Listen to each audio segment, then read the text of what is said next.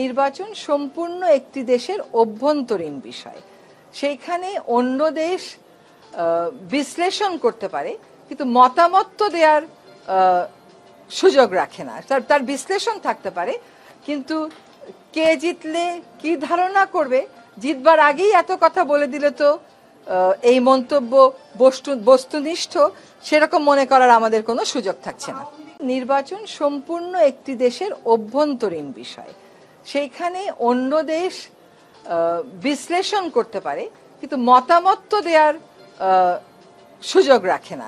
তার বিশ্লেষণ থাকতে পারে, কিন্তু কে জিতলে কি ধারণা করবে, জিতবার আগেই এত কথা বলে দিলে তো এই মন্তব্য বস্তুনিষ্ঠ সেরকম মনে করার আমাদের কোনো সুযোগ থাকছে না।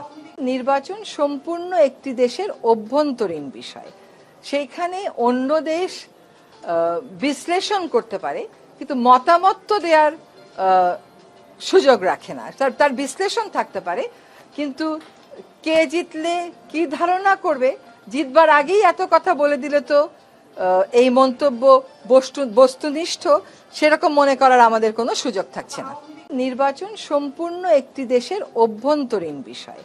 সেইখানে অন্য দেশ বিশ্লেষণ করতে পারে, কিন্তু মতামত তো দেওয়ার সুযোগ রাখে না।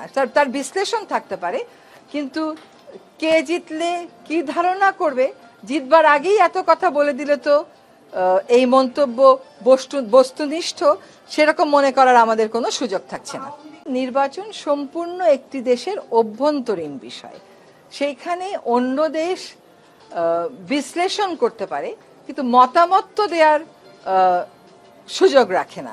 তার বিশ্লেষণ থাকতে পারে, কিন্তু কে জিতলে কি ধারণা করবে, জিতবার আগেই এত কথা বলে দিলে তো এই মন্তব্য বস্তুনিষ্ঠ সেরকম মনে করার আমাদের কোনো সুযোগ থাকছে না। নির্বাচন সম্পূর্ণ একটি দেশের অভ্যন্তরীণ বিষয়। সেইখানে অন্য দেশ